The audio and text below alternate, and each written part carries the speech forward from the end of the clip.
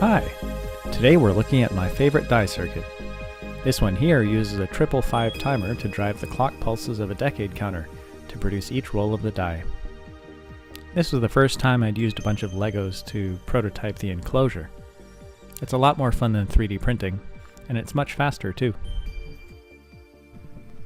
So, in the center we have the two ICs, namely the timer operating in A-stable mode, and the 16-pin CD4017 decade counter operating in, decade counting mode.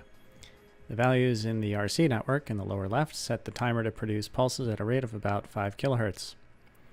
After turning the power on, each press of the button closes the circuit here, drawing the current away from the disable pin and into the ground instead.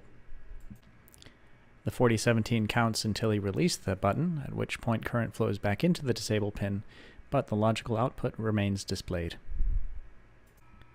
I put the LEDs on a separate circuit board and connected them with long jumper wires so I could switch enclosures freely. The multiplex design allowed me to test the display panel separately, with just 4 buttons on this terminal breadboard block here. So let's take her for a spin!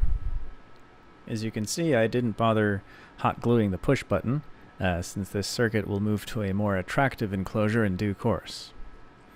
But after quite a bit of testing, I confirmed that this 9-volt marvel of sequential logic produces sufficiently random rolls every time.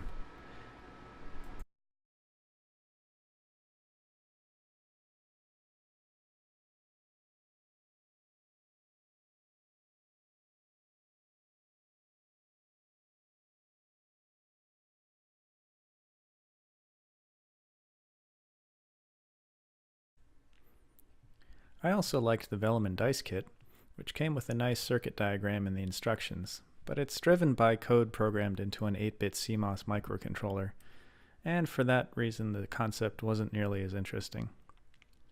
But as you can see, it functions well, and I especially like how the support columns connecting the top and bottom PCBs are conductive. It's also a good use of a ball switch. This circuit makes for a more practical device, but for sheer elegance of concept, I'm more partial to the classic sequential logic approach.